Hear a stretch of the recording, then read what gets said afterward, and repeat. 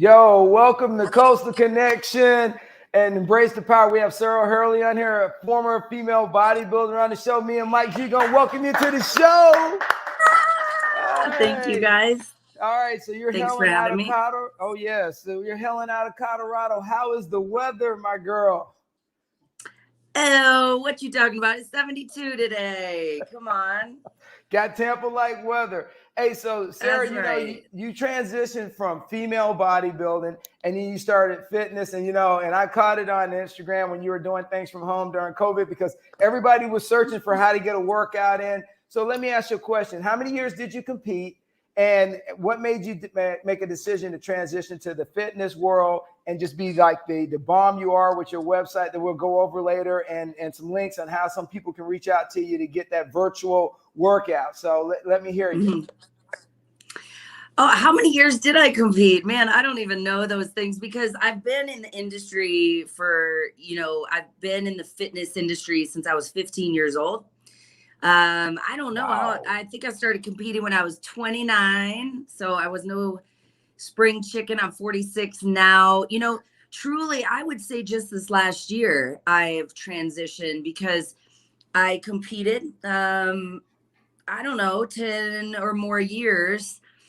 Ended up third in the world, of course. I had my son. Third in the world. Third. Hey, right there you go. There you go, right there. So I ended up third in the world, but after not competing on stage, I still was I was hosting events across the world. So I kind of felt like my foot was still in the door, with bodybuilding and all of that. Just recently I really have had to bid goodbye to it and really make that transition as a 46-year-old mom and businesswoman. It's just priorities. There's only so many hours. Being the best in the world takes an incredible amount of focus. There really isn't anything outside of that. And truly, to be the mom that I want to be the businesswoman, to be someone that wants to, you at some point you want to take that spotlight and turn it on to others, and I had my time and I feel like I did fairly well. And now I want to really focus my energies on my son and, of course, the women that I work with. So sometimes you don't feel like working out, do you? Sometimes, do I always feel like working out? Yeah. Oh, no. I mean, you're a professional workout. I mean, sometimes. But we are human. And I think that's the important thing, right? This is more of 31 years of consistency, of ups and the downs, as a female as well. I think male, female, your body changes. What's important to you? I'm not going for the 6-pack right now. I'm knocking on the door of 50. That's not, what my goal is. And this is something I walk through with my clients as well. Because your definition of what health is and your priorities around that, the amount of time you're willing to spend, the sacrifices you're willing to make, those things change. And I remember when I had clients and I was in my 20s, right? And they would say, having ice cream, with my child was like a moment. And I was like, yeah, buckle down. I'm pretty hardcore when it comes to that. But, now with a 7-year-old son, that is very true. And I don't want to miss those moments. And, getting up, being depleted, all of that stuff. It's just not what is a priority to me anymore. And this is a conversation I have with my clients because I think it's important to think about as we get older or as your priorities change. What does health mean to you now?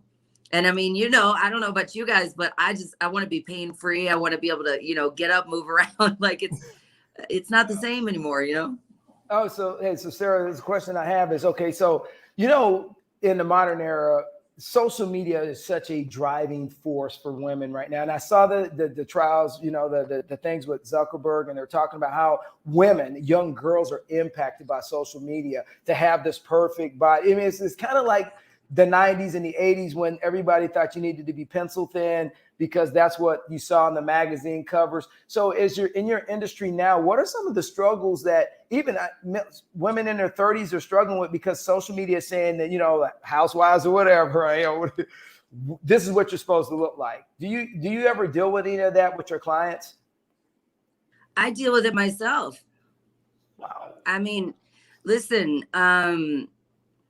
I started lifting when I was 15, and what I felt in the gym, it was a critical time for me from what I was going through, maybe at home, in social setting, at school, you know, all of that. And absolutely. So I felt strong.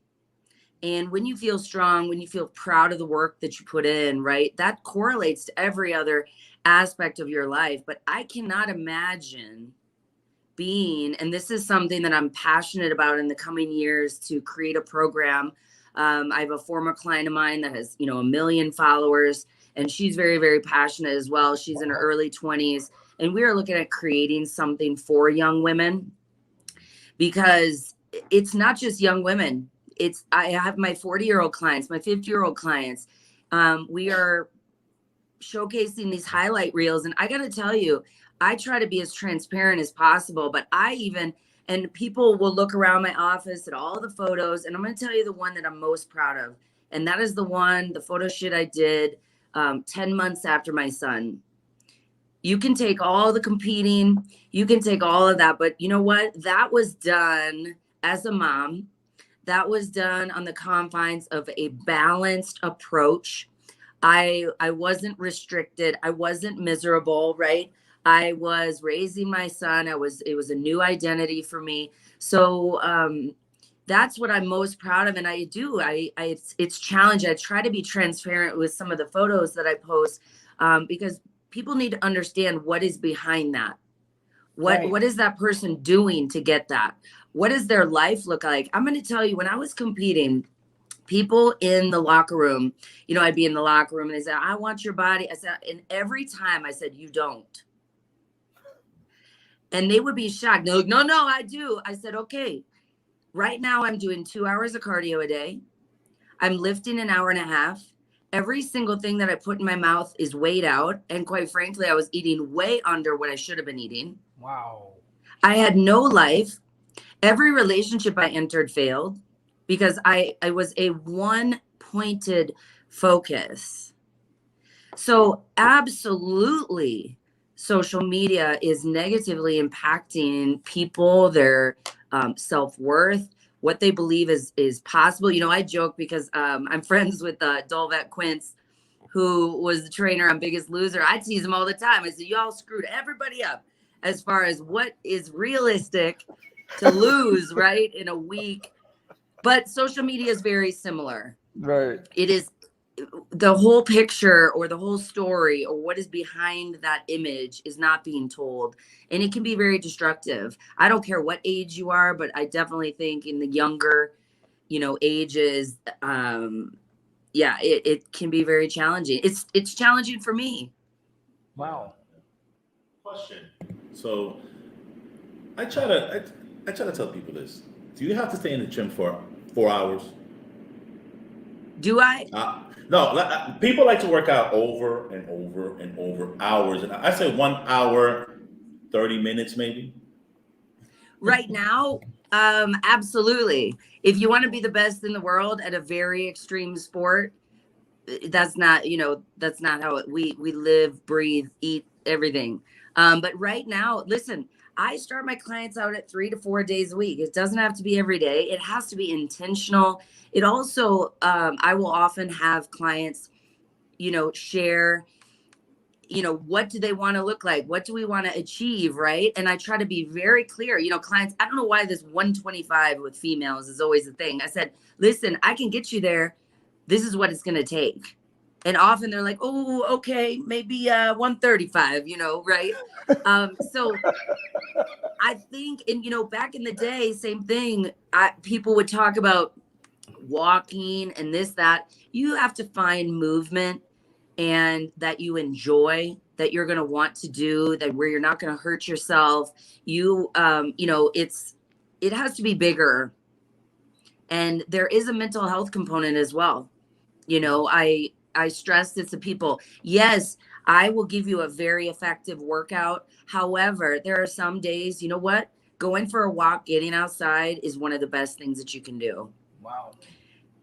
So that has really changed for me as I've grown, as I've become a mother, as I've had some of my own struggles, especially coming out of, or I don't know if we're out of, you know, COVID and things, you know, is doing things because you love them, and for the mental health component, and to get outside and to have some fun.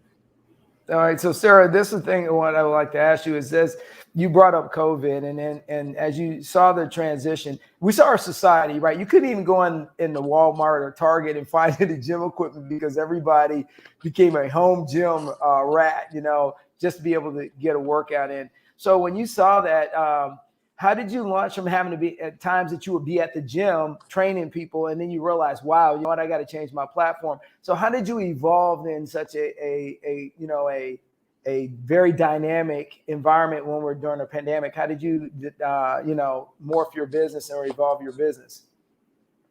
Well, Vince, if you must know, I had actually already done that. Okay. So for about 2 years, I was already doing online training. So Right. I had my own app. I was already doing live workouts, just not as much. I had kind of, you know, like I said, so I just transitioned. I mean, I'm not going to lie. I was doing 3 workouts a day. I was ripped from home. And it was a big turnaround for me from the standpoint. I always would say to my clients, you need to get in the gym. You need to get in the gym, right? They would say, I'm doing these, you know, home workouts. I'm like, yeah, right. Yeah. I would make fun of them. I would. And then when that's your only option, I'm going to tell you, I was in the best shape I've been in a long time. And it's such a reminder, you don't need anything. Right. And that's, you know, people, I don't have this, I don't have that. You don't need anything. There is so much free information out there. Right. And this is where I often will say this, to, like, you don't need it. People on vacation. I was on vacation. Oh, you can't walk. Right. You can't do push-ups. You can't do sit-ups. You can't. Right. And see, this is where when you start showing and, you know, that mirror to people like, hey, I have seen amazing transformations. I had a client, one of my best transformations ever, and she competed during COVID. Wow. And this is where you start to go, where there's a will, there's a way. So you got to understand there are resources out there for you. You can pick up your water bottles, your gallons of water. You can do your soup cans. And, you know, people, and I would, yeah, that's right, Mike. I would joke about these workouts. Do one. Get back to me. That's my challenge to you too. Okay. You can even do a 20-minute. Do one of my 20-minute workouts and then report back. Absolutely. We'll definitely do that because now, you know, me and Mike are always trying to stay after things. Hey, Mike, you got anything? So, pretty much, we're going to end that conclusion where you don't have to work out 5 hours, right? That's what I meant to say. Like, okay, you want me to summarize? No. Yeah, because I tell people, listen, man, 30 minutes to an hour, that's all I can do. You guys got 2-3 hours. Can we talk about the real important component here? Anybody? You want to answer that? You know what the real component is? Yeah, what is it? Well, I'm going to say it's twofold. Actually, I'm going to put working out as third. Okay. Number 1 is mindset. Number 1 is mindset. If you do not change what's happening between your ears about your body image, about what it takes, about how you view food, about how you view working out. Listen, nothing's going to change. I tell people this, I can write you the most effective diet plan. And listen, there's a ton online. Has anybody followed them? Okay. Then number 2, there's all kinds of workouts online. Don't tell me you don't have time. Don't tell me you're not at the gym, you know, all that jazz. Okay. what you have to change is the conversation going on between your ears. And that's why my company name is Inside Out. And, you know, I'm 17 years sober, and the biggest tools, or I would say the biggest difference in the programming and what I do from a coaching standpoint, is changing the way people think about themselves, changing the way they think about food and movement. And if you don't change those thoughts between your ears, this is temporary. So that's number one. Number two, like I was alluding to, is what you put in your mouth. So I've had many clients with amazing transformations. You're talking 30, 50-pound transformations with no exercise, very little. Nobody wants to hear that, of course. But is it because they changed their diet? I might be looking at you. I might not, you know. So is it because people change their diet? You know, my grandfather used to tell us that old saying, well, your body's your temple. Whatever you put in your body, that's what your temple's going to look like. So you're going to have a big house, a little house, or a medium house, depending on what you put in the temple. So I still remember that old saying from back in the 70s. And, you know, there's a lot of truth to it, though. You know? Listen, your grandpa was correct. When someone comes in my office, honestly, it doesn't take me much time. I know what's happening. Wow. You know, there's under eating and stalling out of metabolism. You know, of course, there's the emotional relationship with food for a lot of women. It is very different for women and men. I do train men, quite a few men actually. And there very much is a different relationship. I'm not saying y'all don't struggle with it, but it's definitely different, the emotional relationship with food. And that's, you know, it's very similar, like I said, to when I got sober. So if, you know, many people, it's sunny out, I want to eat this. It's cloudy out, I want to eat this. I'm happy, let's go eat and drink this. I'm unhappy, let's eat this. And when we have that, we're celebrating, right? I tell clients all the time, they say, oh, it's my nephew's birthday. What's that got to do with nothing? Did you get him a present? You know what I mean? Did you go to his party? You get him a present, you say happy birthday. You don't need to eat the cake. But we have this, you know, relationship. We use food to celebrate. Oh, somebody's sad, go bring them some food. Oh, somebody's birthday, bring them some food. And then, I mean, look at this in the grocery store. Oh, yeah. Right? I mean, they take down the candy from Christmas or, you know, Halloween, then we got something else, and we got something, you know, it never ends. So that's, you know, truly changing what's going on between your ears, changing relationship with food. You're not a dog. You don't need treats all the damn time. You know, so you brought that up, the relationship with food. But here's the thing, is that the United States has a high diabetic rate issue, and it has at a younger age. So they were having this discussion with another fitness person, is that you look at children now, children that are 10 years old are type 2 diabetes. So, I mean, from a cultural standpoint, we are actually having a lot of challenges because of the marketing. And now you have a lot of commercials and they say, okay, promoting that it's okay to be big. But here's the problem, is that they don't talk about the health concerns. And then during COVID, we're saying, well, if you're overweight, you're going to struggle with certain things during when you're sick. So we don't really like to correlate forms of certain forms of obesity to medical or to fitness. When you look back 20, 30 years ago, people were very fit and, you know, got out. But then again, we didn't have video games in abundance. We didn't have cell phones, social media, and all those other things. So now what you're looking at is, if we don't get ahead of this, Sarah, we're going to have a problem with, like you're talking about Quincy, his generation is going to have an issue if they don't start addressing it now from some kind of point of view. And what's your thoughts on that? I couldn't agree more. And I take this very seriously. And, you know, right now on social media, the going thing is TikTok and this and lip sync and point in the air. Listen, I don't think this is funny. I'm not dancing around pointing in midair, lip syncing to try to get clients. Okay. Like, this is serious. And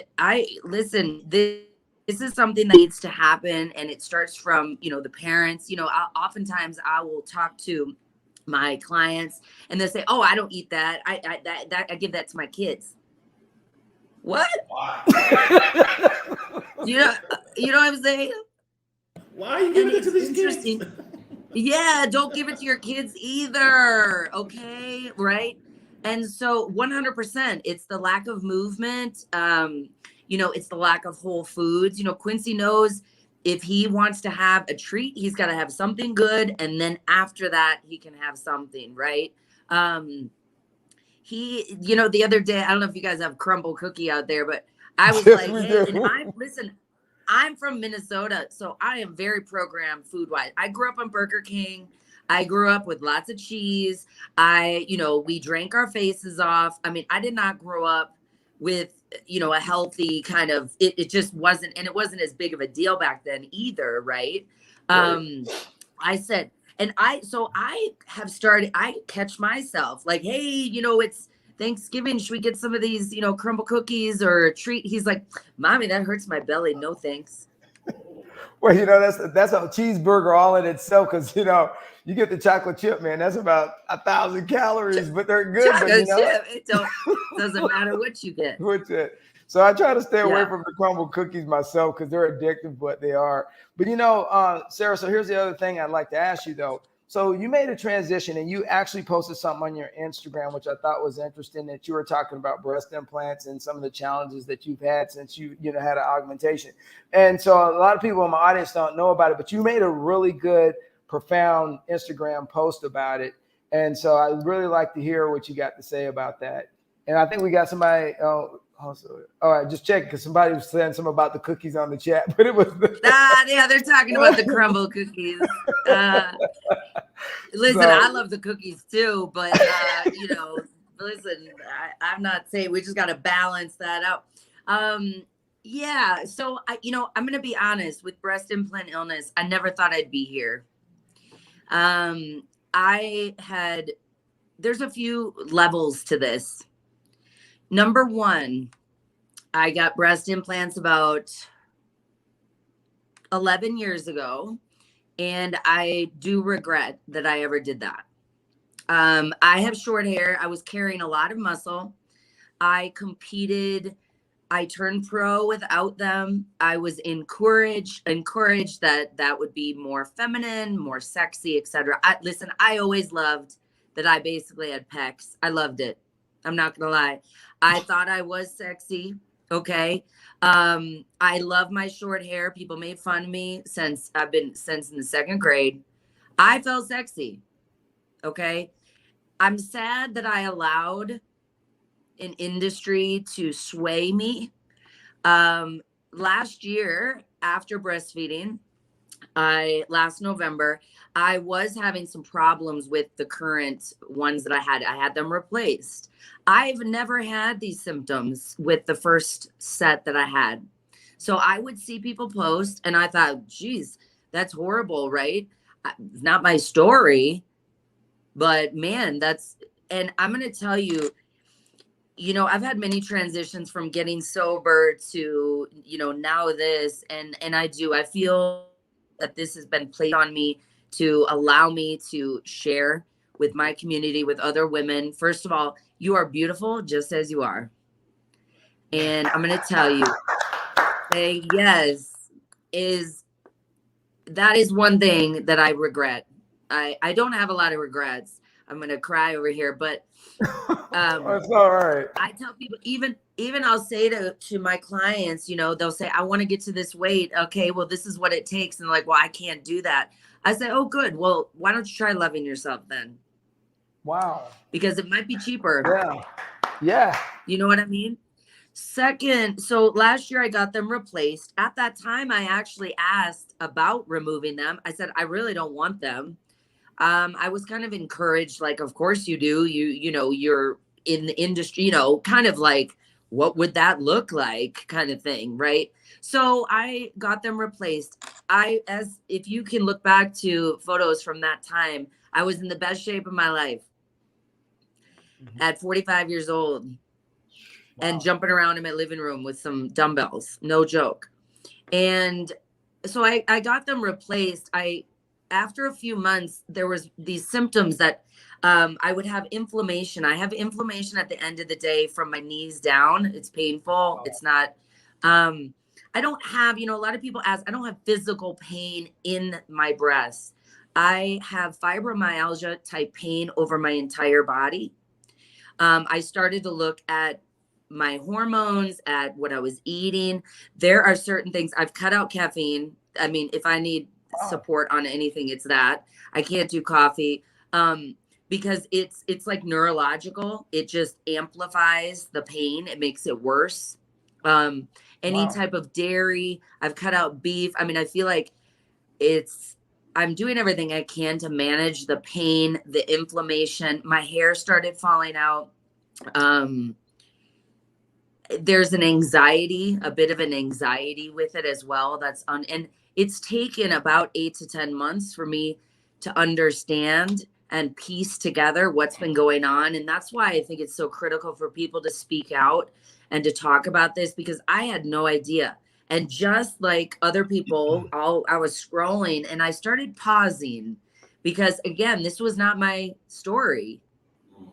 And thankfully, other women are sharing this information, and I think sometimes when we share this, people think we're trying to be whistleblower. We're trying to help other people that are struggling that maybe don't understand. Because I was pulling out my hair, but trying to figure out, I was looking at everything.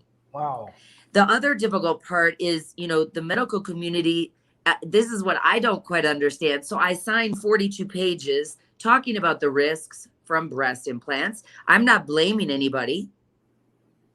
Okay. However, I signed 42 pages with all the risks, and now you're telling me they don't believe in breast implant illness. Wow. Say what? That doesn't add up. So, yeah. So and I will be, it's been challenging. I am in an industry that is based off what you look like. I'm 46. I'm not 26 anymore. Right. And then to have this on top of things has been challenging.